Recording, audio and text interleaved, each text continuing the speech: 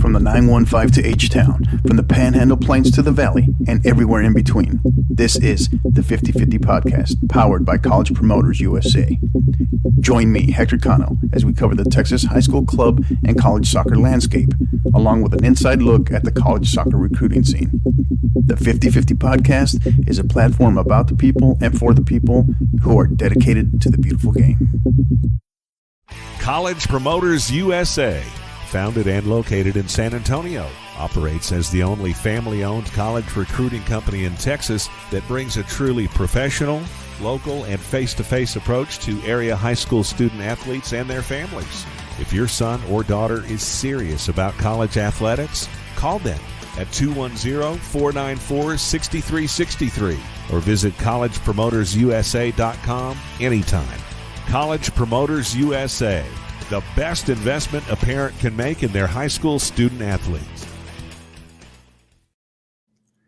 Here we go. It's another edition of the 50/50 Podcast, powered by College Promoters USA, our proud partners. College Promoters USA, they are America's premier college prep program and high school student athlete marketing service since 1997. Located locally here in San Antonio, Texas. You can find them locally in the Ventura Plaza Shopping Center, but you can also find them on social media, on Twitter at SATX Recruiting, as well as on Instagram at College Promoters USA, as well as on their website where you can get more info on what they're doing and latest updates at collegepromotersusa.com. My next guest, he is a special good friend of mine, one individual I was able to befriend in my time in El Paso. He is the co-host of the Audible, the newly launched, right, relatively newly launched Audible 3 podcast, the coach, Ryan the Rhino Vidales. Ryan, how are you, buddy? Doing really well, doing real happy to be here. Thanks for having me on the show. I'm excited. Absolutely. So excited to get you here. Always, I think this will mark the third or maybe fourth podcast that we've actually had on the show. So excited to have you here. Anytime we can help out fellow podcasters, especially when it's sports related. And I know you all are diving into the soccer world more and more every day. So excited to have you here and ready to go. You ready to dive right in? Yeah, let's do this. Let's go. All I'm right. excited for this. Awesome. Good deal. So before we kind of get into it a little bit, because we got a lot of things to cover, right? Just give us briefly, just tell us a little bit about who you are, where you've been, and how you got here. Okay. Well, just for starters, for me personally, my name is obviously Ryan Vidales. On the show, I go by the persona Ryan the Rhino, which was a nickname that was actually given to me back in my high school football days. You can thank Coach Ruben Rodriguez out at East Lake when he was coaching at Riverside. Kind of going through film one day, saw me make a hit on somebody, and he was like, "That wasn't Ryan out there. That was a Rhino." And that one little, one moment in time, like my senior year in high school, was a nickname that just stuck the rest of, till now where I'm at today. So I think it's just kind of funny, It was like one time it was said and it just clicked and stuck. So sometimes they just stick, man. Yeah, no, definitely. And so I'm actually an ex high school football coach, and I've actually coached various sports. I've coached track, basketball, middle school soccer. I've coached everything throughout my time, especially during my college days. But once I graduated, I was teaching and I was coaching football at Riverside High School and also at Cathedral High School. After my kids and stuff started getting more involved in sports and things like that, I decided to, what I thought was, walk away from coaching completely. And just do a straight dive into being the dad and watching their sports, watching them grow up. But slowly but surely I've taken another dive back into the coaching realm, and now I'm actually coaching my daughter's youth club soccer team, which is El Paso Surf, the 2013 girls team. So it kind of went full circle. It's one of those where I started coaching middle school soccer, did all these other sports in between. And then sure enough, lo and behold, when I think I'm done, I get thrown right back into the mix again. And here I am again coaching as well again today. And then at the same time, for fun, I'm hosting a podcast on my own with my buddies. So that's the beauty of it. Right. So yeah, that's awesome. So tell what's that transition like, right? From uh, former high school football player, former high school football coach, and then now you find yourself coaching soccer, right? So, what has that been like? Similarities, different, harder than you thought, just totally different, apples and oranges. What has that been like? Well, I mean, and actually, this goes back to the first time that I ever had to coach soccer, which was, back in the like maybe 2010, 2011 time. That was, and I will be quite honest with you, soccer was not my sport. This was one of those sports, when I was in high school, I was like, man, nobody cares about soccer. That's not something I care about. But it wasn't until that 2010 World Cup when I ended up watching with some of my friends, and you see Landon Donovan score that goal against Algeria and everybody going nuts, that it was that moment that I saw, and I was like, okay, you know what? This is a good game. This really got me excited. After that moment, I started following soccer more, started learning players.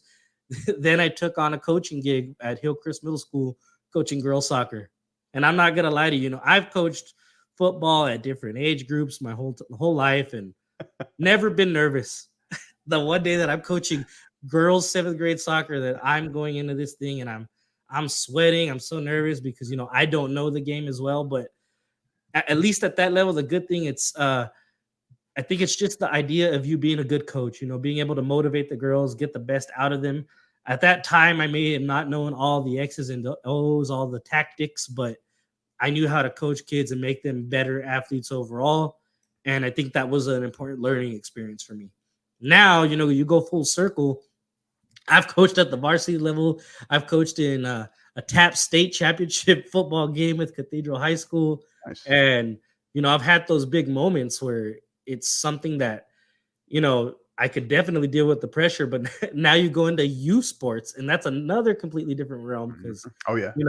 I've coached varsity kids and middle school kids my whole time. Now I'm coaching 7, 8, and 9-year-olds, and that's a whole nother thing, another learning process. You got to understand, you can't just tell these kids what to do and they can go out and perform. You got to explain a lot more. So it really takes a lot out of you because you need to really get a better understanding of the game to be able to teach these kids. And it's a humbling experience. I will say at the most, it's definitely a humbling experience, but I've enjoyed it, and I'm still learning each day that I do this. I'm still learning and growing just the same way as my players are.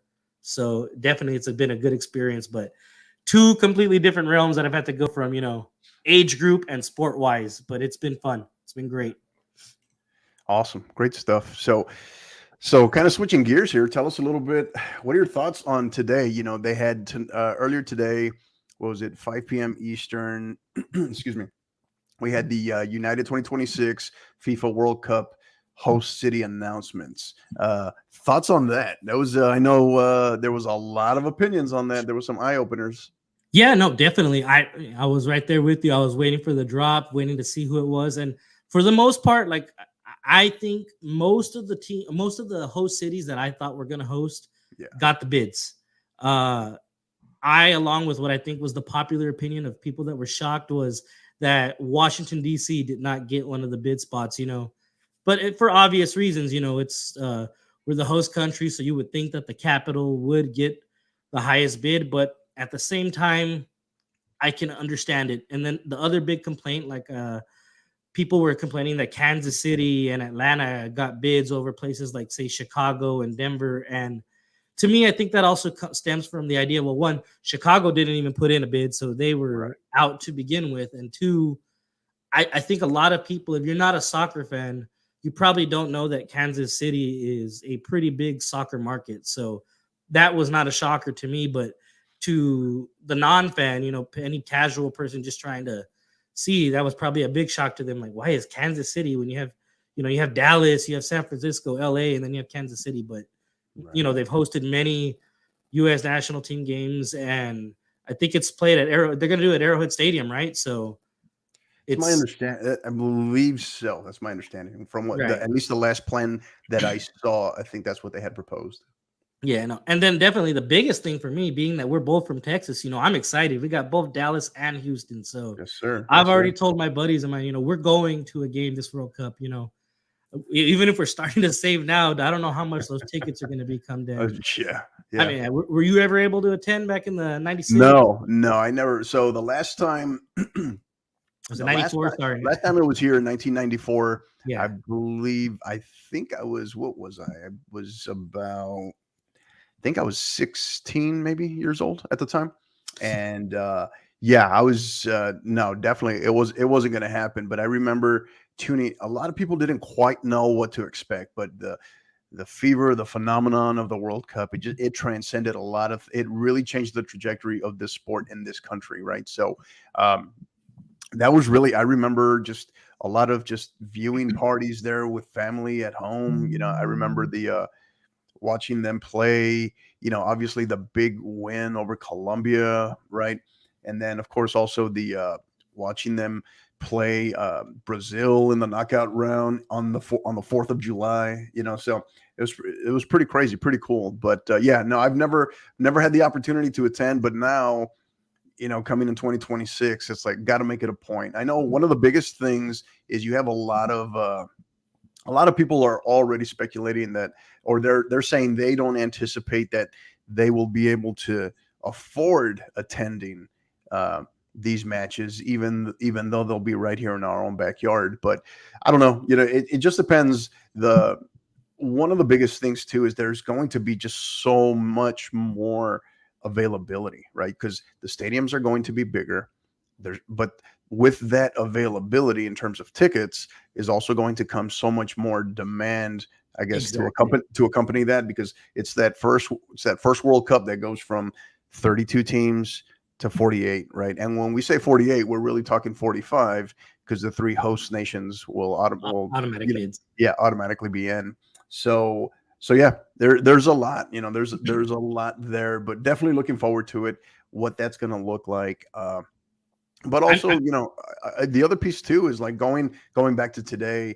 I think Boston, Boston clearly is just the DC out, Boston in. So many questions with Boston's, not the size of the city, but the infrastructure in terms of how are they going to support it all? How are they the stadium, right? The stadium. And then same thing with Kansas City. Kansas City is, yes, it's a soccer town, but can it handle it is known for not having a great airport, right? In terms of just process, size, how they do things there. And will its infrastructure really be able to handle it? Because just because they have an NFL team, that doesn't necessarily mean they have the true infrastructure to handle that. So yeah.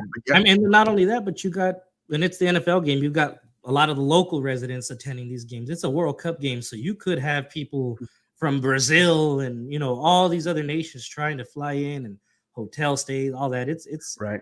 It's going to be pretty crazy. And I'm like with you on the ticket prices thing. I'm dying to go, but I also know that it's probably going to be a hefty ticket. I know that's kind of been like a big issue with the U.S. men's national team and filling the stadiums lately as of recent, because for local, even just friendlies, those ticket prices are getting way, way up into the hundreds and stuff. And people I've seen, over Twitter and stuff are complaining about that ticket price. And, obviously you think a World Cup game, that's going to be even more. So yeah, and the World Cup process, these are bigger stadiums they got to fill. Right. The World Cup process, the ticketing process for the World Cup, it also operates completely different through FIFA and a lottery system, right? So it's a totally different type of process too. So this is why oftentimes you'll see a lot of people travel to the host country for a World Cup, but they may not be able to actually attend a single match. They'll be there for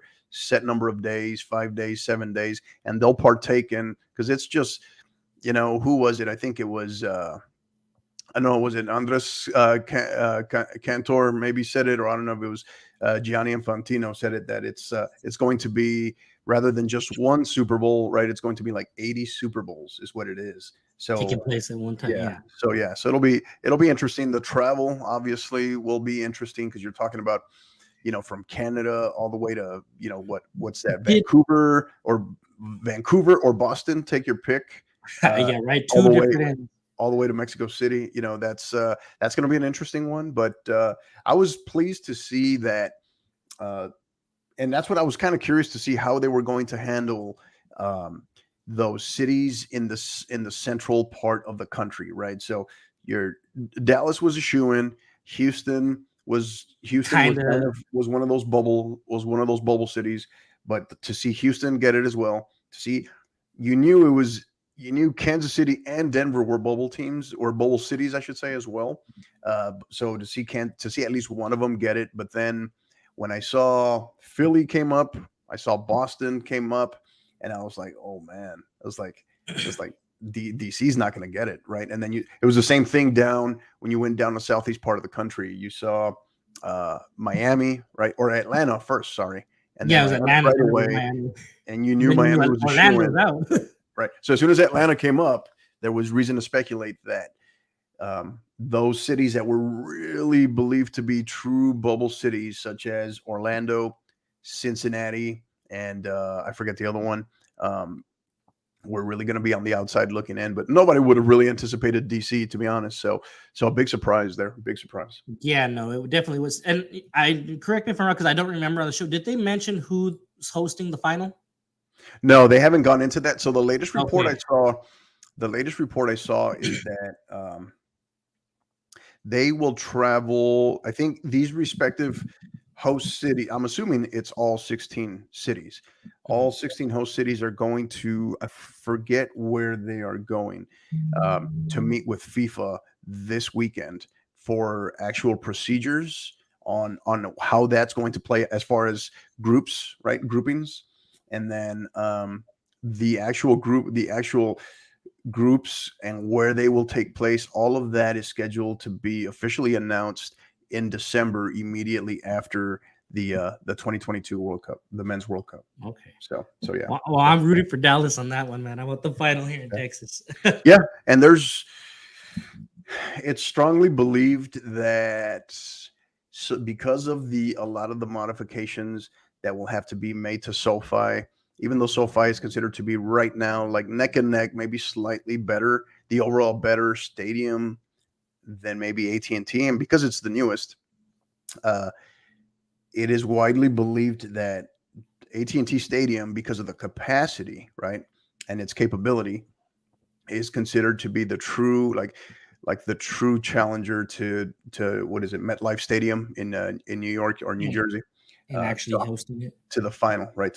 And then there are other people that believe that the final in '94 was in California, so that it's believed to be that a lot of people anticipate that New York is the clear front runner. So. yeah, and it's surprising because I actually had a lot of friends who were upset that the Rose Bowl was not that the stadium got the bid. I'm like, don't get me wrong, it's historic, it's great, but the Rose Bowl's it needs a lot of upgrades before it's ready for that again. But right, definitely. And some of these stadiums they were still pending. It was on a contingency that they are still going to have to make adjustments, like serious adjustments, right? So we talked about Seattle, right? Seattle, which never plays on grass because of how much it rains there. They're going to have to bring out the grass as well. Yeah, and then I believe I heard Toronto too. They need to increase their capacity as well. So correct. They've got a couple of years to go ahead and get that done, but correct. It's going to be exciting, man. It was great. It was exciting news today, and I was all over Twitter too, trying to read the takes and get all the hot takes on it. Yeah, for sure. It's exciting times for this sport in our country, for sure. So it's definitely stuff I'm going to talk on my podcast about too. So there you go.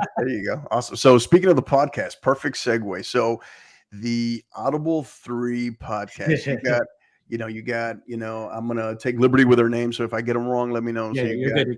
You got Madrid, you got the coach, and then you got the tell us this interesting story. You got technically a fourth member there, but that you all don't acknowledge. So it's just the Audible 3. Tell us a little bit about the cast, and tell us just the genesis of the podcast. Okay, so then let me start from the beginning. So really, what it was just an idea because the coach, that's Coach David Cortinas. He's a coach out at El Paso High School. He's coached at Sanelli, Riverside. He's been coaching since the 90s in El Paso football.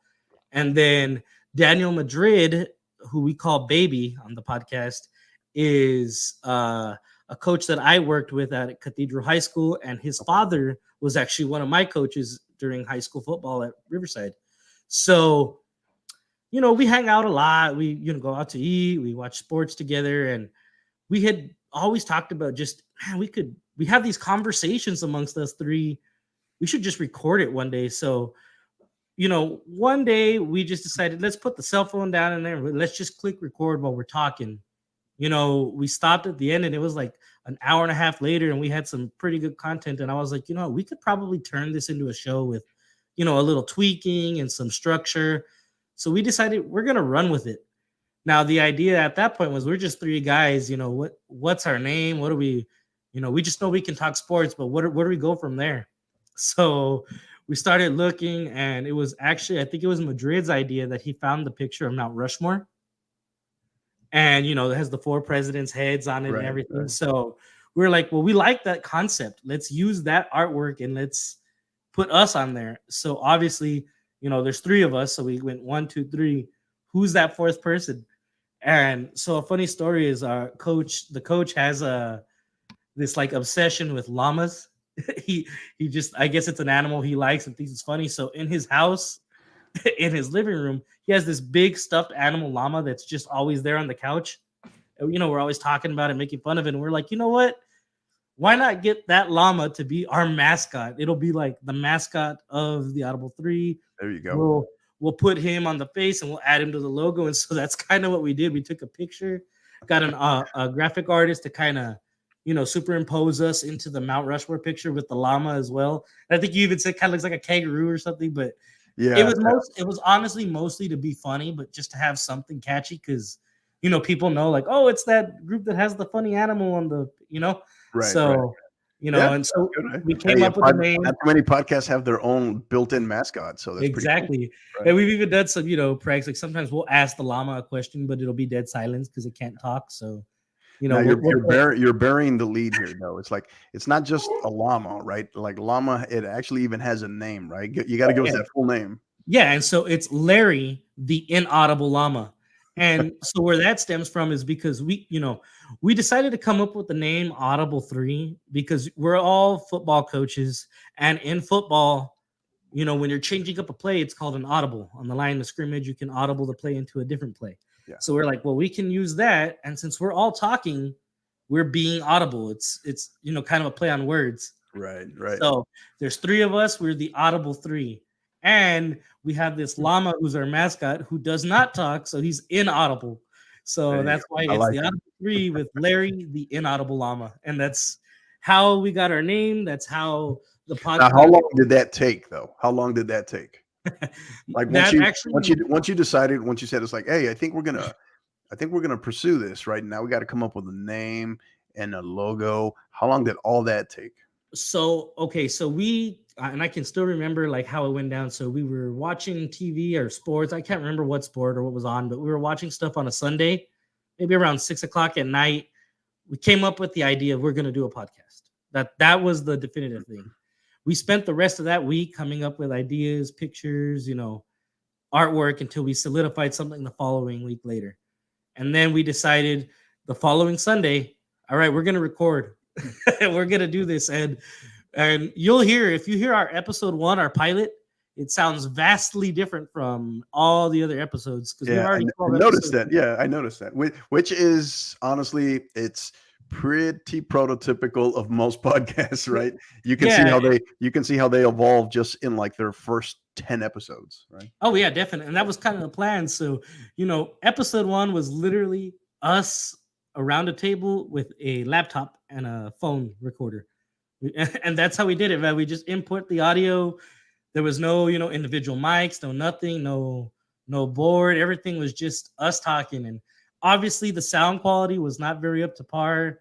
The content probably was not the best because we were still learning how to, lead a show, how to run it. So it was a very funny experience, but, we posted it, we heard it back and, we got some feedback, a lot of constructive criticism, but there was things that we decided, you know what? Okay, so if we're going to keep doing this, we need to invest a little bit into this because we don't want to keep putting out, product that's not up to par. So we all went out, we bought some mics, we bought a little Zoom P4 podcast interface.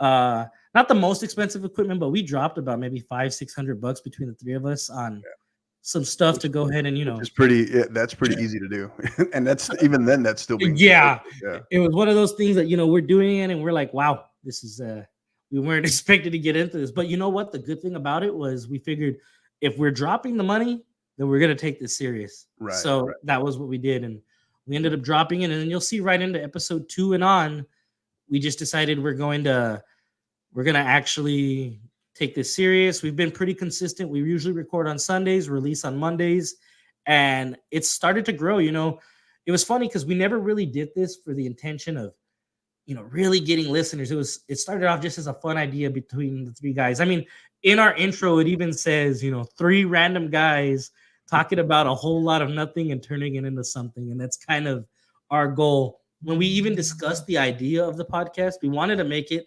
like a man show, a man podcast, something that, how guys always are around just talking about whatever and random topics. So we're like, that's going to be our catered audience. And then, the funny thing is I always check the analytics and I'm like, hey, we gained a female listener this week, or we gained another female listener. And I always think it's hilarious because it's always sports. We strictly talk professional sports, NFL, MLB, soccer. We each kind of have our forte. I'm kind of the soccer buff, but we all talk sports, and then we'll just talk random topics. Just, if we find some kind of cool article in the news or, different things, we'll just talk about them. And it's been so good. It's been a good experience so far. And actually we made an episode mark. We said, once we hit episode 10, we'll start looking into adding guests. Because by that point, maybe we're ready to incorporate other people into the show. So we're now on episode 12. 13 is getting released this week. And we are open to having guests now on the podcast. And that is definitely something we're looking forward to. Right. And awesome. Yeah. So tell us a little bit. Obviously, you told us a little bit about what you cover, or at least the intent right in the beginning. Obviously, what got me listening to it a little bit is, and when you're a podcaster, you just generally you have an inclination to listen to other podcasts. But what now, right? You talked about getting ready to launch episode 13. How has the coverage, what you all cover, and its intent of the podcast, as it evolves, has that changed at all?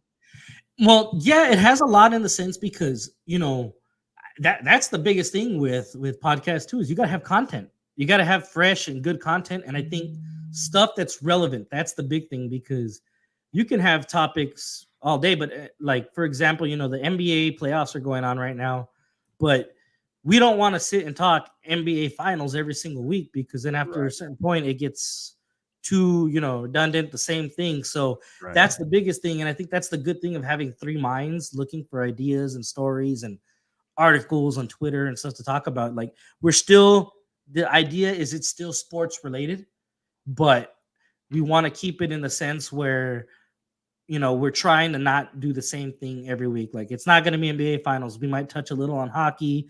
This past week, we talked about coaches getting fired in the MLB range, and new owners buying franchises like the Denver Broncos and stuff.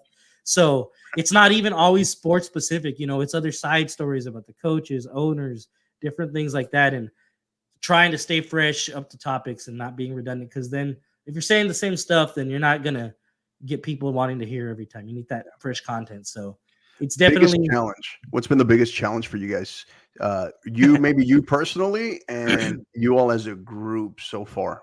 What's been that biggest challenge, or the biggest surprise? Maybe the biggest surprise. Well, about having a podcast, creating a podcast. Well, I think it's how much work is actually involved into putting the whole thing in together. A lot of people think that, oh, okay, I'm just gonna get a mic and we're gonna talk and it's a podcast, we're good to go. But there's so much more that goes on in the background. Like, I think people don't even realize, the editing, the production of it, having to, like, right now we're good because we have our intros and stuff like that done, but those had to be made. It's not like they popped up, and we have intro, outro music, transitions, all those kinds of things. And then the biggest thing is, there's 3 hosts on this show. So 3 hosts means lots of ideas, but that also means lots of disagreements on which ideas you're going to run with. So that's also the biggest challenge is, maybe I think my idea is really good, but the coach thinks his idea is what we got to go. So we got to work together, like Friday night when we're trying to solidify what are we talking about this weekend, whose ideas do we pull from, and which ones do we go with, and then that's kind of sometimes too many heads involved, but we need that because it gives you a lot of different ideas. Yeah. So you talked about, so what was it? You said after episode 10, at least then maybe open to having guests. So and you don't have to obviously go into any names, but have you all already kind of landed some settled on and landed some upcoming guests? Maybe tell us some upcoming projects or the direction of the podcast now, where you're headed. Okay, great. So we all have ideas of who we want to bring as guests. Our biggest thing is, since we're all coaches, we know a lot of other coaches, so we like the ideas to bring other coaches and people from that realm onto the show. Our biggest thing is, we don't want to bring in guests just for the sake of bringing on a guest. So the biggest thing is we want it to be relevant to what we're talking about that week, or there's got to be a reason for it. We don't just want to be like, okay, this week we have this person, for no other point of just having another person to talk, So we're each talking to people. I know I'm talking to a buddy of mine who's a former Cathedral coach who works at UTEP now, and he's director of player personnel, that I'm trying to bring on the show to give us a little bit of UTEP's football perspective, because once you have people that are involved in those different types of industries, you can actually get a better idea, because we can say all we want about what we see from the outside looking in, but when you get that person who's really involved with programs, that's really what it is. But the idea, I think, is that we're going to bring coaches or people that are involved with sports locally, and then from there branch out to maybe people we follow on Twitter and stuff to expand our audience. Right. And that's kind of what the direction and way we're going to go as far as the Audible 3 podcasts. Now, we do have other ventures, because the idea of Audible 3 too is we wanted to keep it as a brand. So the idea was that if any of us, me, the coach, Madrid, want to do our own shows, it would be as in baby Daniel Madrid from Audible 3, and this is his show, whatever it may be. Right. So we want to have that ability where we can also do our own projects along with being under our umbrella, Audible 3. Yeah. So for our listeners here, right, obviously our audience is a soccer audience. So maybe what's in the works? What are the thoughts as far as Audible 3, and maybe are there more plans? Because one of the things too that I like is you all do, you specifically, I know you drive that, but you all do talk surprisingly a lot more soccer, right, than I think, for 3 football coaches, right? For 3 football coaches / 1 soccer coach, you guys dive into some soccer here. But what are the, maybe for our audience though, maybe why should they maybe consider listening to you all, as far as maybe from the soccer perspective, as far as down the road? Well, I think definitely because it gives, when we speak about soccer, I think it gives you a couple different perspectives. Of course, like you mentioned, I usually lead the soccer talks because I'm involved. I'm a soccer coach, and I follow U.S. men's national team. I'm probably the most versed when it comes to soccer out of our group. But what I think it does offer is the fact that it also gives you a little insight on what the casual soccer fan thinks about it. And that's kind of how the coach and baby Madrid they offer that perspective too. And I think that's good, because the way I see it, I follow a lot of these different people podcasts on soccer, and it seems like everybody kind of has the same goal, and that is to grow soccer and the soccer culture in the U.S. Absolutely. And to be honest, talking to us, talking to you and talking to other people like us is not going to necessarily help soccer grow, because we're already versed into the soccer culture. But what we need to focus on is getting those casual fans, like Coach, like Madrid, like a lot of my friends and buddies that just, they don't even sit down to watch a soccer game. Yeah. But the more you talk about it, the more you show them those good things, just kind of like me back in 2010 when I did not like soccer at all. But all it took was one friend of mine to make me watch that game with him, and I got hooked, So I think that's the good thing about listening to our shows. When we do dive into it, you get a little perspective from the hardcore soccer fans, and you get an idea of maybe how they understand the game or how we can focus on getting the casual fan into getting versed into the soccer culture. Now, thoughts on how you may, yeah, and that's a great point. Thoughts on, just projects or direction Well, as to how you may cover soccer going forward in the future. Have you all really kind of brainstormed on that at all? Well, actually, so I have talked about that, and how I mentioned we want to do separate shows under Mhm. the Audible 3 name. So the plan was, because I normally do talk a lot about soccer, and to be honest, I got really into it by watching other YouTubers and podcasters like Mhm. the Tactical Manager, 11 Yanks, and the Yank Report. I watch those guys all the time, after Right, men's right. national team games, and I love their Good stuff. content. And Good stuff. Good podcast. Very oh good. yeah, definitely. And I hear their stuff, and I may not be as versed into it as well as they know things tactically and stuff, but I think I offer a good opinion as well. And especially maybe I can cater to the Latino culture as well, being out in El Paso. And so I'm planning to, and I don't, again, this is just an idea, don't got a name or anything yet, but I am planning on doing my own solo podcast where and if it's not podcast, it would just be YouTube videos, but going over my takes and things like that, covering the U.S. men's national team and local soccer as well. Because Great now that I'm coaching in the city realm here, I'm learning a lot more about just how much city league soccer has a big role Yeah. in things, especially out here in West Texas, El Paso. Right. So Absolutely. that's Absolutely. definitely one side project that I'm looking to start in the upcoming future. And then I've got another gig that both me and Madrid are, but it's not really soccer related. So Mhm. if you want to hear about that one, I could talk about that one as well. Yeah. Yeah. Absolutely. I know you hit on a point there, a big point there, that grassroots part. And that's, I think, where you're going to grow in terms of just content, right? Is being a coach, right? Being a club coach there, and just at that grassroots level, it's so vital, right? It's so vital, and it's going to introduce you to other people as well. So, but yeah, talk about. You mentioned another project. Yes, and another project that me and Madrid, the other co-host Daniel Baby Madrid, are going to be doing is we're going to be spearheading the Prep One podcast, which will be released pretty soon, probably around late July when we start doing the Prep One USA's media days, where Mhm. we have volleyball and football teams come out, and that's basically going to be a local high school sports coverage show. So to be different, because there's a lot of football shows out there that cover Texas high school football and stuff, but there's not too many that cover all sports. And the idea is that we want to have a show each week where we go over the game, Nice. every sport that's in season. So in the beginning, we'll cover volleyball, football, and even cross country. We want to talk about who are the three Awesome. big Awesome. cross country runners, the big volleyball game, the big football game. It doesn't have to be too long, but we want to highlight these athletes because, they deserve that too. And to me, I think it only helps, in their recruiting process and in a lot of different aspects. The Right. more eyes that get on them, the more views they get, the better it helps them in the future. Mhm. So that's kind of our goal, is a weekly show. But we're starting that off by doing actually a live show, which is going to be when we do that media day.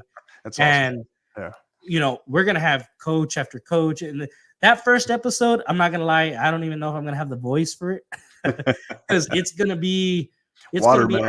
hours. Yeah, Water and throat lozenges. Water and yeah, throat yeah, lozenges. yeah. I got him, man. I got him right here, ready to go. Yeah, yeah. And then the No, gum. Here's the other little trick: is, believe it or not, they say really when you're speaking, right, public speaking, you shouldn't have gum. That the gum in your mouth, that helps because the throat lozenges, when you're on the mic, obviously you hear a lot of that banging going yeah, on in you can your hear that. mouth, right? So gum helps kind of quench your thirst to a certain amount to where you don't get that cotton mouth after a while. So Definitely. all the little secrets that they don't tell you about. So. You know, it's funny because I've worked these events in the past with Prep One, and it's funny because they last like 6-7 hours because you're going through every single high school football, volleyball program. But now, I've worked it from a different aspect. Now I'm going to be here speaking with every coach and key players, and Yeah. might not be very long, might be like a 5-10 minute segment for each school, but those will add up, and that's kind of like the plan. The prep that goes in behind it, right? And then the editing on the back end, obviously. So yeah. So that's awesome. That is great news. Great to hear. We look forward to that, and look forward to seeing that once it comes up late July. So great stuff.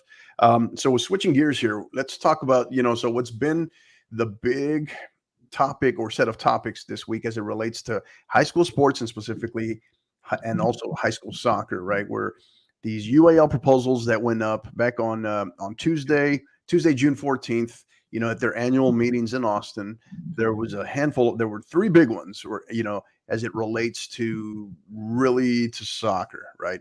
There was no freshmen. Well, again, these proposals, what a lot of people didn't know are how these proposals come about, right? And it's a number of ways. Some of them, it can be as simple as a parent or group of parents, submitting a proposal, officially submitting a proposal, or when there is enough requests from a handful of people for a proposal. So there's a number of ways that they can come up, but they're public, right? So what UIL does is they are mandated to at least bring those forward and discuss them. So the three here in particular that kind of got a lot of attention were no freshmen on varsity, soccer being moved from the winter or spring, really they call it spring, but it's really a winter sport, to the fall, and then coaches being able to scratch officials, right? Or not, or not being able to scratch them, right? Not being able to scratch them. So, so those three obviously all were either denied, rejected, or no action. The only one I think that was outright rejected was the no freshman on varsity. So tell us a little bit. What are your thoughts on those, particularly the no freshman on varsity, maybe, and then the soccer move to the fall? Yeah. Well, and it's funny because we actually kind of talked about this in our podcast this past week, because it wasn't even just soccer; it's all sports was the proposal of getting rid of freshmen on varsity. Correct. I think it's one of those that I coached at a private school. Okay, so to me, a school like a 5A or a 6A or maybe even a 4A program, to them, that might not be a big deal, because they have so many kids in their school that they can probably field quality rosters for varsity, JV, and freshmen and not have to worry about that. Freshmen on varsity, no big deal. But I can attest from the 3As and down, sometimes you have to rely on some of these freshmen to field a varsity roster, and that's just because of sheer need with numbers. Yeah. The other thing, though, that I think is sometimes you have players that, if you're really trying to help their growth, putting them on the freshman levels team does not help them very much. Right. I'm not saying everybody, because let's be honest, it's not like there's schools and, 9, 10 out of their starters are freshmen. That's usually not the case. Usually, if you're a freshman on varsity, it's because either one, you're a stellar athlete, or you are you've got a prototypical size that you can obviously hang with it. And I think for the most part in Texas, coaches do the best job and use their best judgment at putting kids that are actually ready for varsity level play in varsity. So I've always been okay with having freshmen on varsity, with the exception that it's done the right way, Right. And I think this soccer whole idea, soccer in the fall. Don't forget, I used to be a football coach too. Exactly. This is precisely why I asked that. Yeah. And the big thing too is, at least in Texas, I just don't see how it's going to work very, very well with football. And they get all the resources, they get the field access. To me, that's the biggest question, because they're not going to move football. Football is still going to be in the fall, meaning soccer teams. And I don't know how it is in San Antonio, but here in El Paso, all the soccer teams also use the football field as their soccer practice field. So you're talking about freshman, JV, a varsity football team having to share soccer practice with not just girls, not just men, but also women. So you've got, 2 varsity teams, 2 JV teams, and 2 freshman teams. That's 9 teams trying to share a football field. So the logistics don't make sense, you know. No doubt. I mean, I could tell you, I mean, just what bothered me about that particular proposal was, and then when you coupled it with the no freshman, back to back, Mhm. it just, to me, it just sounded like, wherever this was stemming from, as far as the proposal, or if it was enough people proposed this, it just kind of sounded, why that one in particular bothered me is Mhm. because it sounded like someone kind of, as it pertains to soccer, is someone trying to kind of kill off the sport, basically. Because I mean, football is only, yeah, football is big in Texas, obviously, but that's only one half of the equation. It's like, because Mhm. what else is going on in the fall, right, here in Texas, is you got club soccer to contend with, right? So it would have been, and then if you throw, let's just say you throw in the no freshman into the mix, it's Yeah. the sport is done.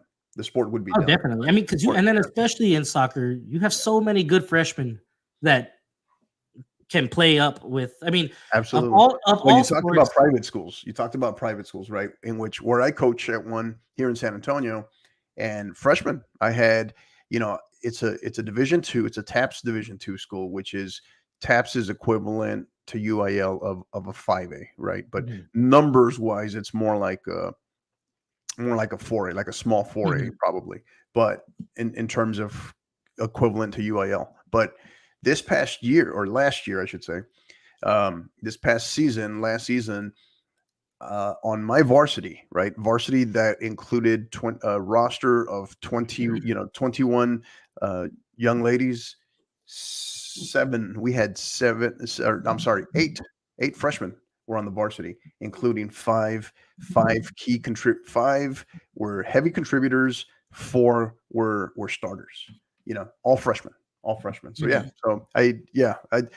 it just, what stood out to me about this particular year, these proposals this year, was just how just comically bad ideas they were. Just, I talked about it, logically they didn't make sense, logistically they didn't make sense, and then the no freshman, it just, ethically, it didn't make sense outside. Now, I can see, for example, football from a safety perspective. I could see that part. Right. And that's even probably the biggest one because I could see, Right. okay, parents might be upset that freshmen are getting hurt. But again, in football, I think that's probably where you have the fewest freshmen that are moving up to Correct. varsity because every once in a while you have that kid that is just a man amongst boys at a young age. And that's okay.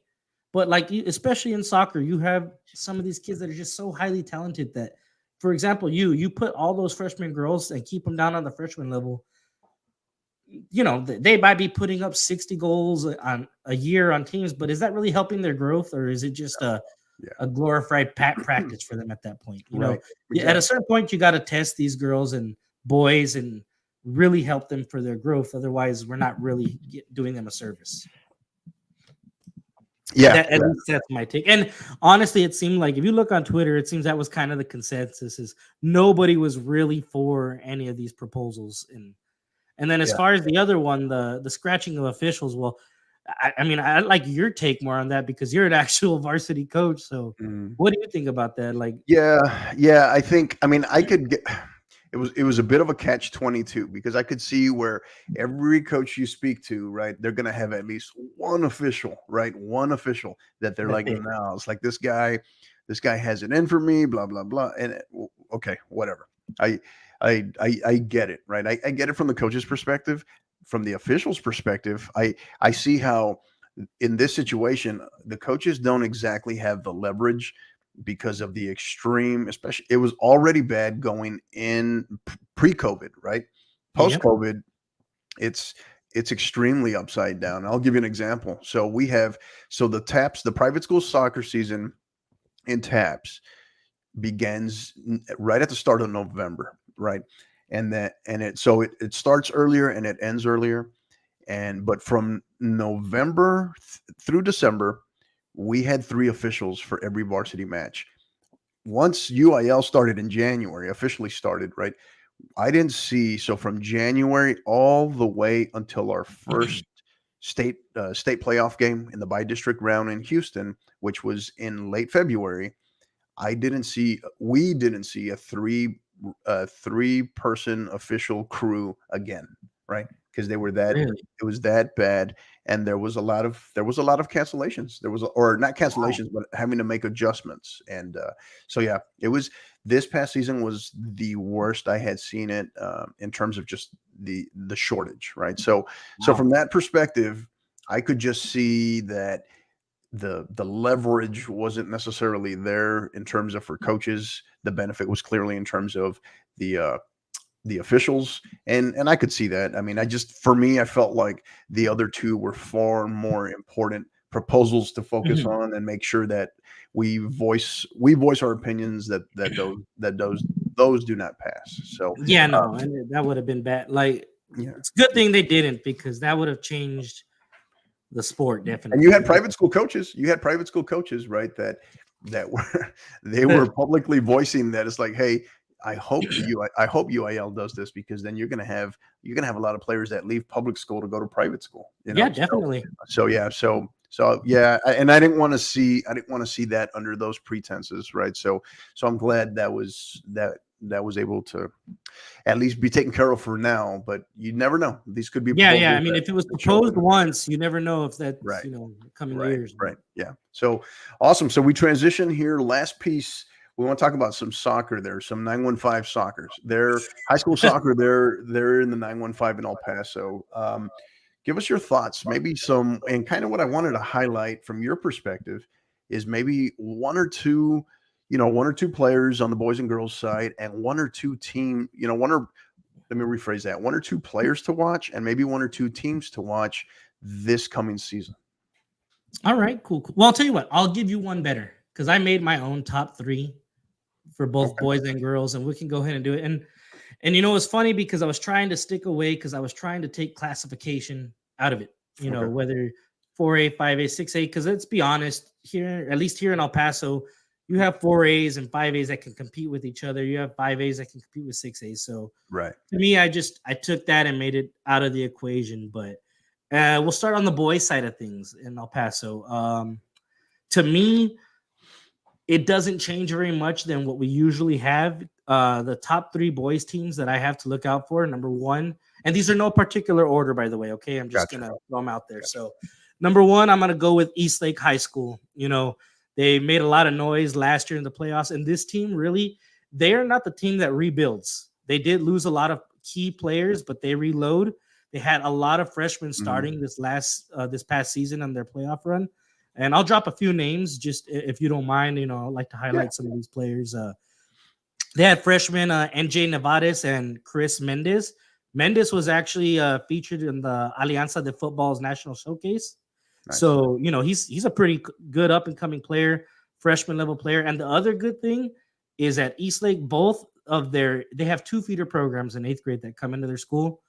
Both 8th grade feeder programs were the district champions for soccer in them. So they got a good pipeline coming in. They're building a solid program and keeping these kids in. So a lot of talents going through Eastlake. So I would expect them to be up there next year, and honestly for the upcoming years as well. Next school on the boys side, I think that you should be looking out for is going to be Del Valle High School. And if you follow high school soccer in El Paso, that's probably one of the, traditions of excellence. The coach has done a great job, and they returned 9 starters from their roster from last season on their deep playoff run, including their goalkeeper. He's going to be a senior next year, and he was lights out when they faced Bel Air High School in I want to say it was the regional quarterfinals that they played? So yeah, it was a regional quarterfinal. Yeah, and that game was great. Went into penalty. That's one of the good things too, is you get to see that game locally, and it went into penalties. He had a great save, and unfortunately they came up short against Grapevine. But I would expect them. They've got a solid defense returning. Yeah. They've got a good center back, good goalkeeper. If they can find some good goal scoring talent, I'd expect them to. Yeah, I think that was a 1-0 final versus Bel Air in that regional quarterfinal, if I'm not mistaken. And or 1-1, and then but they won. Was it 4 or PKs, 5 to four, 5 to five. 3. 5 Yeah, to I 3 think PKs. so. Yeah. Yeah. And but yeah, that was played at my old stomping grounds while I was there in El Paso for the last couple Yes, of years. sir. There at Isleta. So yeah. So Out in the reservation. Yes, it was a out good on the game. reservation. Yes, sir. Yes, sir. And So and and the other team I'm gonna give acknowledgement to also is that Bel Air squad. You know, I'm honestly really looking excited to this soccer season because those two local teams, they'll probably play each other. You're gonna see Bel Air is returning 5 all district players, and they're gonna be senior heavy next year. They were a younger mhm. team. They have Rodolfo Gonzalez, Luis Villa, Gaston Areola, and Sebastian Esparza.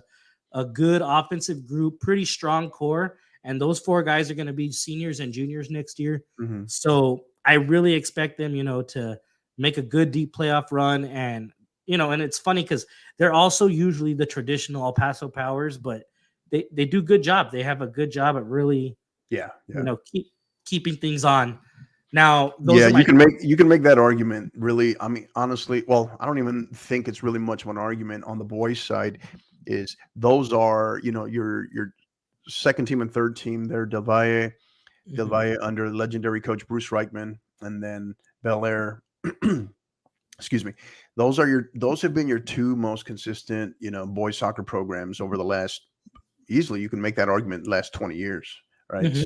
So yeah, for sure. Good. Yeah, Nice of you to give a plug in there to my old alma mater, Bel Air, as well. yeah. And, interesting story. We talked about that regional quarterfinal match there. Oof. That was the first time they had ever played in the playoffs. So Wait, kind of, really? I didn't even yeah, see. I didn't even know that. yeah, Wow. yeah. No, it was kind of one of those where the way it kind of played out, and they met in that regional quarterfinal, and it was kind of like, wow, they've never actually played each other in the playoffs. So it was pretty interesting. I mean, it shows you though how good the level of talent here is in El Paso, and you have them in the regional quarters, 2 El Paso teams playing each other. So Right, right. that goes to show you. Now, on the girls' side of things, man, there's a whole lot. There's some really good, strong groups of girls at certain schools in El Paso this year, and I think the easiest one that pops off of paper is going to be the El Paso high school girls.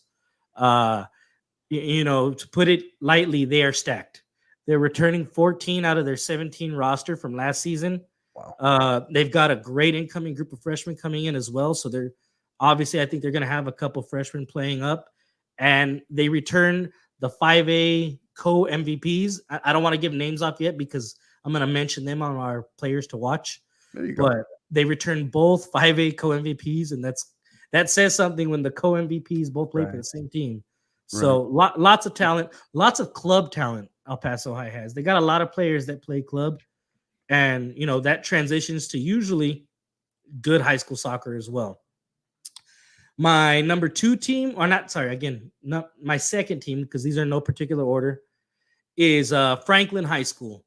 Franklin High School, another team with a lot of club talent. They actually started 6 freshmen last year, 6 freshmen, and 4 of those 6 were all district players. They've got another strong incoming freshman class, and this was actually something that I found out today through a coaching friend of mine.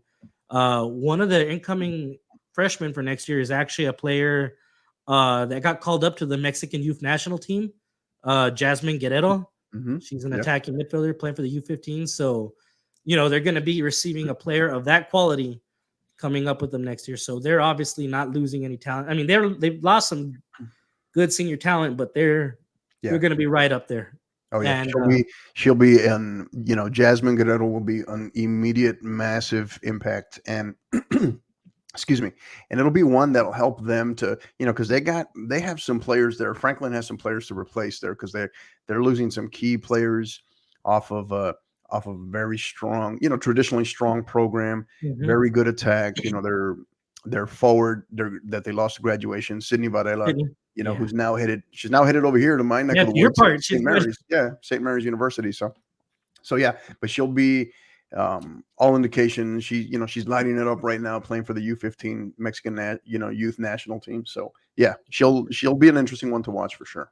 Yeah, and honestly, that's one I'm looking forward to watching just because I don't know a lot of these 8th graders coming up yet, but that was a name that got dropped immediately. So I was like, well, that's someone that I want to look out for. And the third team in the girls is going to be Del Valle High School.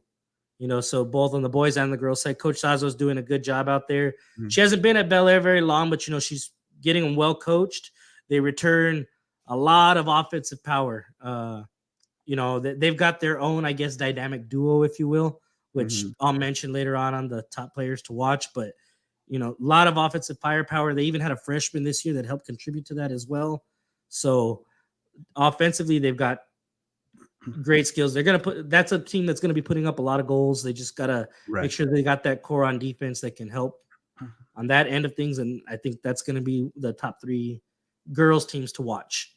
All right. So, awesome. Now for top players, I got, I don't know how many you want. I've got, about 4 or 5. You can just give us like 1 or 2. That's okay. Well, I'm going to give you 4 for the girls side because it's more of a dynamic duo for 2 schools. So, and you probably already know who these are, I bet. But from the girls side of things, El Paso High School, you got Tessa and Emma O'Neill. Those are the big names you always hear. They're sisters, and they are the co-158 MVPs that I was mentioning about earlier. Emma is more of a defender, defensive midfield player, and she's actually already committed to NMSU. Right. So, she's already taken that part of her recruitment process. So basically she's got her senior year to just focus on soccer. So that's the great thing. And then Tessa, who was a freshman last year and just lit it up, man. Lit it up. Yeah. Good Lord. Yeah. She had 33 goals, 36 assists. And, coming from, like you said, we talked about earlier, and this is a freshman playing on varsity. Could you imagine that being translated as on the freshman soccer game? Yeah, District 158 overall and offensive MVP. So yeah, pretty phenomenal. Yeah, and then the other 2 I wanted to mention were out of Del Valle. They've got their own little dynamic duo over there. These 2 players are both juniors, and that is Mia Serrano, which I'm sure you've heard about too. She was the co-MVP or MVP, I believe, 2 years ago. I think her freshman year or freshman year actually, and she ended this season with 26 goals, 27 assists. She was an all-city candidate, and only to be beaten out by her teammate for district MVP, Natalie Garcia, who this girl was lights out this year when it comes to finding the back of the net. Also Del Valle, also junior. She had 61 goals in the season, 21 assists, and she was the 258 MVP. So they've kind of traded. Mia was MVP the previous year and Natalie this year. So, like I said, Mia Serrano was also, excuse me, she was also she was newcomer of the year that year because I got to see her. Obviously, I got to see her that 1 year, which was my last year there at Isleta, and just a phenomenal player. Obviously, Coach Sazo was there as an assistant, but you could tell the dynamics in terms of what she was doing there at the time. And so, yeah, I'm not surprised one bit in terms of a Coach Sazo led squad there, Del Valle, that they're going to continue to get better, especially under her watch for sure. Oh yeah, definitely. And then on the boys side, you don't really have too many of those dynamic duos. There's not I think the talent spread out a lot more on the boys side of things. And I think the other big thing is a lot of our really, really talented boys are not even playing soccer their senior seasons here because a lot of them have been going off to the Locomotive and playing, with them in contract. So that's taken a lot of some big names that, were lighting things up as juniors and this year not playing as much. And, that's okay because, that's all part of the development and what they're going for. Right. But some names I'd mentioned, like Raul Morales from Burgess High School. He was a midfielder. He was another all-city candidate. He was the 158 co-MVP. He shared it with a player out from Andress, who I think committed to Air Force. So, he's a good playmaker, good midfielder. He'll be a senior next year, so I'm expecting him, unless he forgoes playing senior season, I expect him to be doing a lot of good things. And then out of Del Valle High School, I had mentioned it earlier, you've got that solid defense, which is led by Jeremy Rueda, their goalkeeper. He'll be a senior next year. He's the one that, came up big in that regional quarters on the penalty kicks. And, I think he's been a 4-year starter for them, or 3-year starter, be a 4-year starter for them. And then the other person anchoring that defense is center back Jaime Gonzalez. He's also going to be a senior. He's another all-city 1-5A co-MVP, and I'm sorry, 2-5A. I don't think he was MVP, but he was an all-district, all-city player. But that, is like the core for Del Valle's defense. Like I said, they find that offensive firepower, they're going to be good as well. And then those are the players I've got on the guy side of thing. You've got young players. You got like I said, are not playing. You got Diego Abarca, who's playing just club soccer with the Locomotive, and even been featured on I think he even made like Sports Center top, what was it, like top 8 or something the other day, because he went in and he scored a goal. 16-year-old kid come in. How often does that happen, right? And I saw that. Yeah, it's phenomenal. Right after they lost Diego Luna, right? Yeah, so, replacing Diego for Diego, right? Yeah, big shoes to fill. He steps right in, scores a banger. Yeah, and awesome. Good shout out to Diego Luna. I know he's competing this weekend, I think, with the U20 national team. So right. Yeah, absolutely. Yeah, it's a big gain for Real Salt Lake as well. Big loss for the Locomotive, but I'm sure. That's the one thing you're learning in watching that Locomotive Academy, right? It's just they're developing them, and it's just it's next man up there. So that's awesome to watch. Yeah, I mean they started like 4 academy players in one of those games. Oh, in the game that they beat Phoenix Rising, man, they started, I think, or not started, but they subbed out 3 veterans for 3. For 3 academy players, and it's just like you don't see that too often. But that's a good shout out to them. They're building their academy well. They're getting quality players and. Absolutely. Hopefully all the success to them, but right. A lot of good things to look out for, I think, in the El Paso area this upcoming soccer season, man. It's to me, it's a real hotbed that a lot of people don't know about. Definitely. Mm-hmm. Yeah. It's one of those things with El Paso. What part of what makes it so unique is that because it's largely isolated and because there is no ECNL, no GA, no Girls Academy, excuse me, it's largely just overlooked, right? It's overlooked, or it's just more work to have to go out there to recruit. So that said, what you're going to get from a lot of talented individuals there in the El Paso, the greater West Texas area, is you're not going to get a lot of these cookie cutter players that are developed the same way. They play with a lot more flair. It's just a different style, right? And that's a good thing. So I've been banging the drum for a long time, right? And I, as you know, part of what we were able to do in my time there at Isleta with the amount of players we had there, in terms of being able to get them recognized and getting them to play at the next level as well. So it's possible, but it is going to take work. But for college coaches out there listening, you got to get out there. You definitely have to recruit that area, because while it's easier to go to hang out maybe in the central or eastern or northern part of the state, that I call it kind of that Southwest Triangle area, right? You talk about also Albuquerque and Tucson, that area. There's a lot of talent in that area. There really is. So awesome. So we look forward to having you on here regularly. Talk El Paso high school soccer as well. That'd be great. Yeah, absolutely. Just great stuff. Love this. This was great info. So we know you're going to stick around with us. We're going to transition here to our counterattack segment shortly, where we get to pick on you a little bit. So, all right. So don't go anywhere, Coach. We'll be right back after a quick word from our sponsors. College Promoters USA, founded and located in San Antonio, operates as the only family-owned college recruiting company in Texas that brings a truly professional, local, and face-to-face approach to area high school student athletes and their families. As the lead sponsor and proud supporter of the 50/50 podcast, alongside Coach Hector Cano, College Promoters is proud to be elevating its support for the college soccer recruiting process more than any other service in the country. If your son or daughter is serious about competing in college soccer, call College Promoters USA directly at 210-494-6363 or visit collegepromotersusa.com anytime. College Promoters USA, the best investment a parent can make in their high school student athlete. And we're back with Coach Ryan the Rhino Vidales, the co-host of the Audible 3 podcast and soon to be host of other podcasts, as we're finding out. So, looking forward to that. So, all right, man, this is it. Counterattack. You ready? You got your game face on? Waiting for this one, man. All right, awesome. We'll take it easy on you. I don't promise, but we'll take it easy on you. No, this is the fun part. This is the fun part. Exactly. All right, so series of questions. I know you listen to the podcast, so just random off the wall, some soccer, some non-soccer, just keep you on your toes here. So first one, any superstitions or rituals? Oh, oof, you know what? Let's see. How about maybe as a coach, right? Game day. We'll say game day superstitions or rituals. Anything.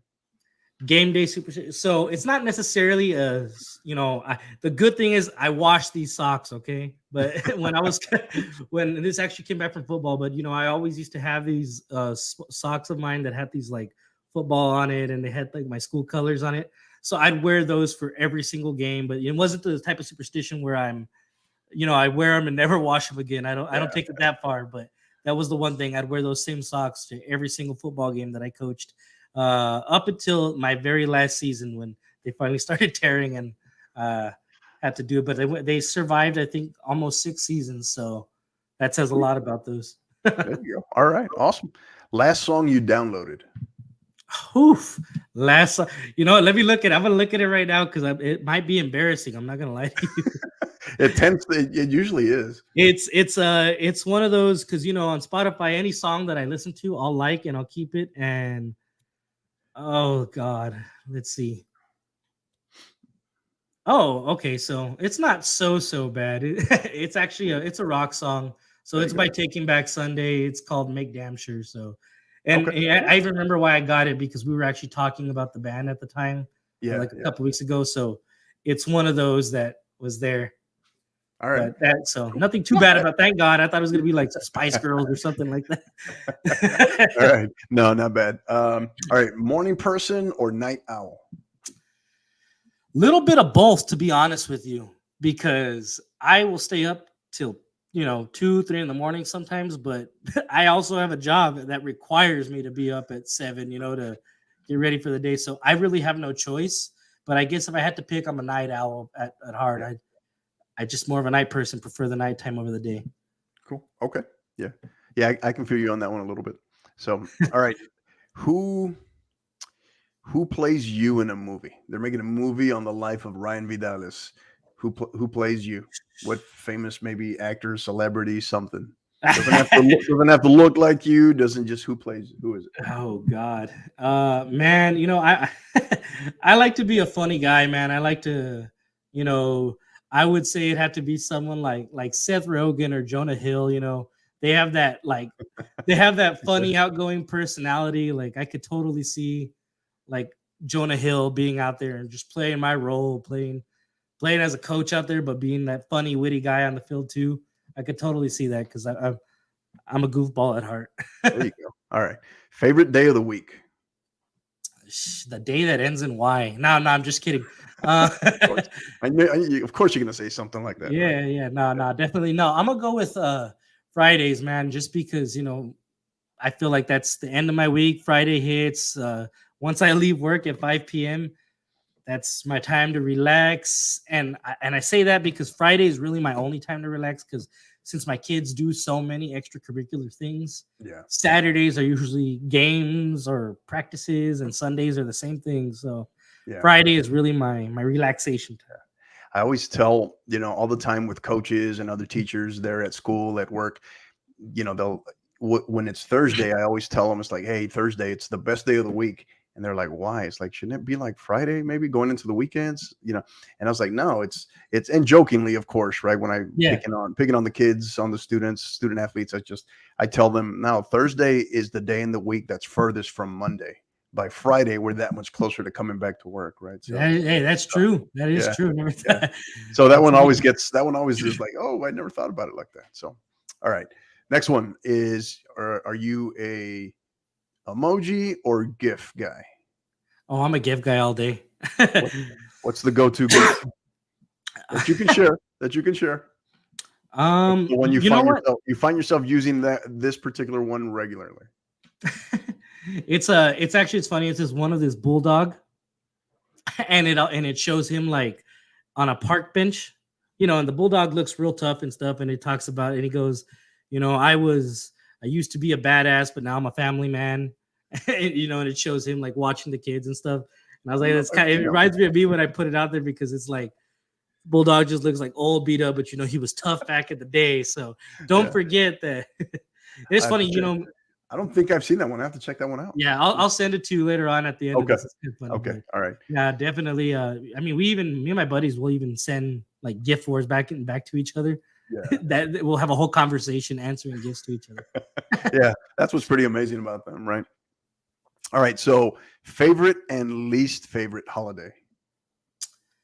Oof. I'm gonna say favorite holiday for me is probably gonna be 4th of July, and that's just because I'm a big like outdoorsy. I like to go out and cook and grill and barbecue and stuff like that. So that to me already gives me an excuse to maybe like smoke a brisket or something like that, And I love.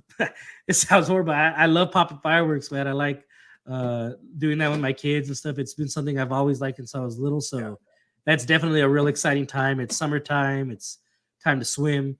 And I guess the least exciting time for me would be, I don't know, man. It's probably going to be kind of controversial because people love to eat and stuff. But I'm going to say Thanksgiving is probably and for me, it's just because aside from the football part of it, to me, it's just kind of boring, and it might just be because my family doesn't have any like really big Thanksgiving traditions. I don't have a huge family, so it's not like we get together and have this huge thing ever. So for me, it's usually just another kind of slightly over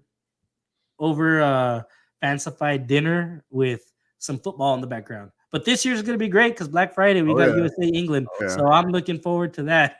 Yeah, it's going to be a very, very different November, December in the sports world this year. Yeah. Oh, yeah. For sure. So looking forward to that one. It's going to be pretty epic for sure. So, all right, next one. So would you rather be able to speak every language or talk to animals? This is easy for me. And I'm probably going to get called out by all the Latin American culture here, but speaking every language would be the one. And that's because, and don't crucify me on this because my last name is Vidales, but I do not know Spanish. It's not even in El Paso, believe it or not, it's more common than you would think, right? I mean, yeah, but you see my last name and you say, oh, how long have you lived here? 33 years. Well, you think you would have thought I would have picked up something, and I can understand some bits and phrases here and there, but definitely learning every language would definitely be a help for me. Cool. Favorite childhood TV show and current favorite TV show. Favorite childhood TV show was a cartoon called Rocket Power. So when I was younger, I used to be a skater back in my younger days. And it dealt with like extreme sports, like snowboarding, skateboarding, rollerblading. So I was real into that. And because that was like a big TV show back then, it was something that was really popular to me. And then as a matter of fact, there was a character on that show, Tito, who was voiced by a guy from El Paso. So little El Paso connection there. There you go. Okay. And nowadays, I would say my favorite TV show that I've watched, and it's not recent because, I watch a lot of TV, so there's a whole bunch of shows, but I think my all-time favorite show, series, whatever you will, is going to be Breaking Bad. That was, to me, such a really, really good TV show, done really well. And it's funny because it also had some Southwest Albuquerque tie-ins, but that wasn't why I liked the show. It was just a really well-done show. Speaking of that, oh my God, what's it called? The spin-off series from that. Better Call Saul, man. Yeah, isn't that about to end?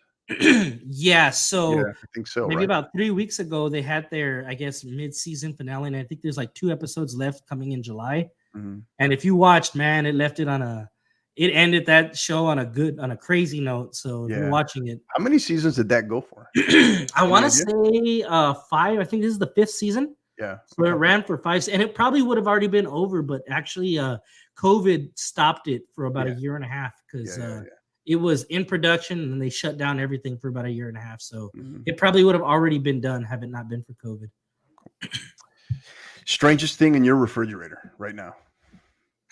You Oh God. can't say turkey Well, from last wait. Thanksgiving either, man. You can't say To be turkey. fair, I'm at my dad's house right now, so technically in his refrigerator or mine at home. You know your refrigerator, right? Oh God damn. Yeah, you can't throw your dad. You can't throw dad under the bus, man. Oh God.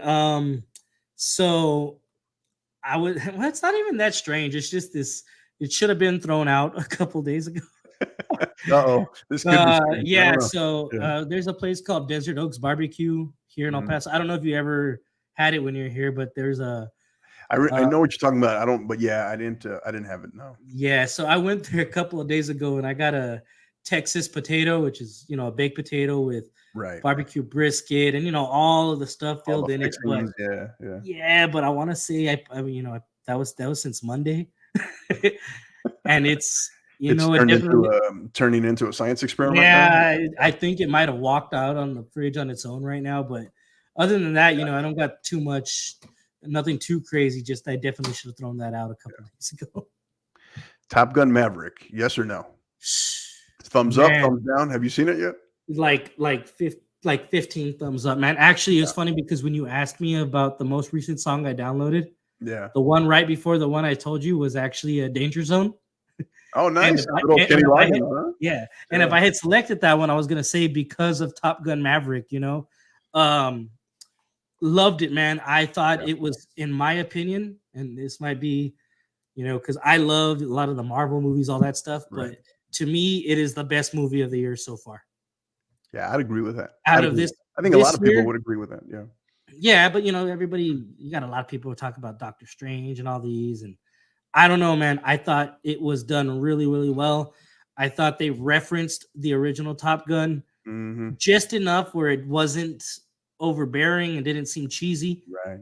And the story was good.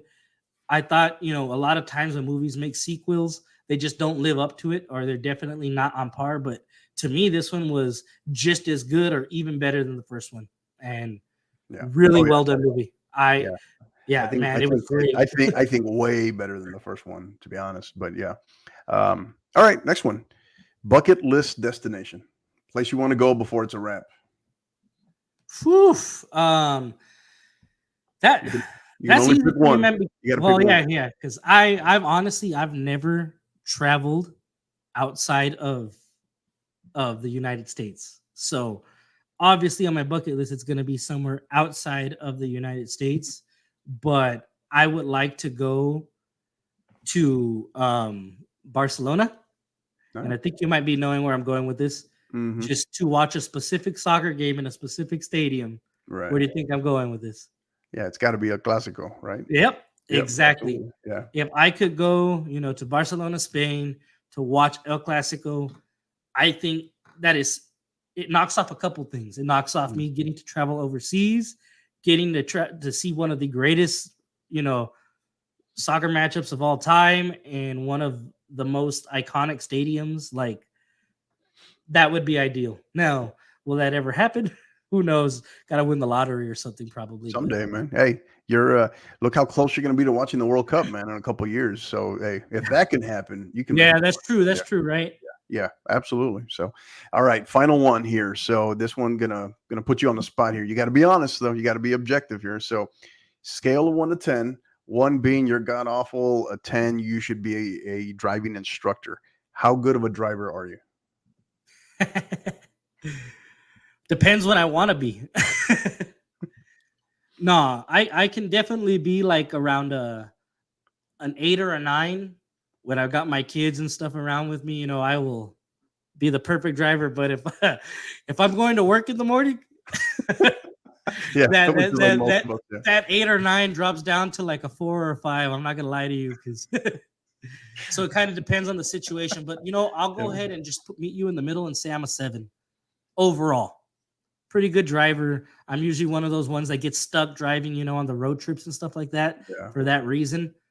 And I guess it's a blessing and a curse. I was going to say, don't tell me are you that guy that hangs out on I-10 in the far left lane going 55 miles an hour with the blinker with the right blinker on for like 5 miles. No, Don't tell me you're that guy. I'll hang out on the left lane, but I definitely won't be going 55 miles per hour. Yeah. Okay. All right. Just don't be that guy. Don't be the Nah, man. 55-mile-an-hour guy in the in the passing lane, in the fast lane I bet that's even worse out in San Antonio, huh? with the blinker. Oh no, here they don't even use blinkers. So I don't Oh know. no, Yeah, I think the vehicles here they don't have blinkers. I think so. I don't know. so they just go. Yeah, it's pretty interesting. So yeah, so this has been awesome, man. Yeah, this is we've, great, man. Felt so simple, felt easy. I liked it. Yeah, have loved having you on. We look forward to having you on again in the future, talking some high school soccer, obviously out in West Texas. Maybe have some of the other guys on next time as well, hopefully. Yeah, definitely. Yeah, wishing you guys the absolute best, continued success.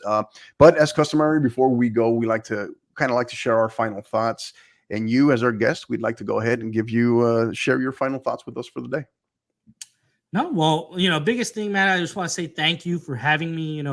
It really helps not only myself, but my co-hosts and stuff with the Audible 3 podcast. It really helps put our name out there, gets our name out to a bunch of different people. And I really enjoyed having this talk with you, man, covering soccer and covering, stuff that we're both passionate about. And I hope, the listeners out there, definitely give us a follow as well. We like your support. And okay, I just noticed too, it even shows the names and stuff at the bottom of the screen there. So that helps. But thank you to all the listeners. And, I'm just here to help grow the podcast scene in El Paso. Like to be entertaining, and stay tuned for that soccer podcast that I'll be releasing out pretty soon. Nice. Definitely something I'm looking forward to, maybe you coming out and doing a show with me and getting your perspective on that too. So hoping you want to be part of that as well. Yeah, no, absolutely. We'd love to be a part of it. I'd love to be a part of it. If it's not obviously the podcast team, at least me. But yeah, anytime you all would love to have us, love to have me, for sure. I'd appreciate it. That'd be awesome. Any way we can help you all as well. That's one of the biggest things. And I think it's podcasters helping out podcasters as well. It's a big piece. And so yeah, wishing you guys the absolute best. And where can we get more info? Where can we, as far as on social media? And again, give us the name of that podcast one more time. Where you're at? Where can we find the podcast? All right, so it is the Audible 3 podcast. We are on SoundCloud, Spotify, and Apple Podcasts. You can find us at all three just by looking up the Audible 3 podcast. And you can also find us at our Instagram, which is _Audible3_podcast, or on Twitter at the Audible 3 podcast. Awesome. Very simple. So follow us on Twitter, follow us on Instagram, and like, subscribe, listen to us on Spotify, Apple Music, and Apple Podcasts and SoundCloud. Yeah. Awesome. Great stuff. And so before we go, my final thought really is going to go in a different direction with this. As everybody knows, it is we're recording this live on Thursday, June 16th. Yesterday marked a pivotal day in the college recruiting process for the class of 2024 on June 15th. So it marked, as everybody knows, this is kind of old news, but it marked the initial date that schools, particularly D1s, can start contacting prospective student athletes, PSAs, from the class of 2024.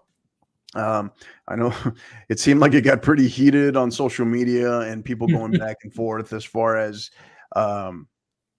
telling a lot of people that it's like, hey, tomorrow, June 15th, doesn't define you. Don't be, up in arms if you're not contacted, because so much it's been built up, right? That it's just a start, right? It's just what it really is it marks the start of, we posted on it the other day as well, that it marks the start of the marathon. It's not the finish line. And truth be told, probably somewhere in the vicinity of 95 to 98% of prospective student athletes from the class of 2024 are not contacted on June 15th. So the big thing, what I want to say is, if you were not contacted, it means absolutely nothing. Go back to work, keep doing your thing, keep grinding, obviously marketing yourself on social media, putting in that work, getting in those touches, going to those ID camps, continuing to email coaches, because what will define you is just that, is your character and your body of work, right? So keep your heads up, obviously. For those who did have the privilege of being contacted yesterday, congratulations. Great job. I mean, that also doesn't define you, and that doesn't mean that you're going to ultimately commit or be offered by those schools. They could just be getting more information from you, trying to get a feel. The big thing is whether you were contacted yesterday or not on June 15th, congratulations, or if you weren't, keep your head up. The point is keep working on building those relationships, okay? Because June 15th is not a end all be all, right? It doesn't make you or break you that day. It's just the beginning. So look forward to talking that more in some of our upcoming episodes, where we'll be diving into some of the college recruiting process, some of the different angles, looking at a couple of different guests. So that's in the works as well. So thank you again, obviously, to Ryan the Rhino. Appreciate you. Wishing you and your co-hosts at the Audible 3 podcast the absolute best. Thank you for being here. We wish you also continued success with your upcoming new podcasts, where you drop some teasers on there. So we look forward to that as well.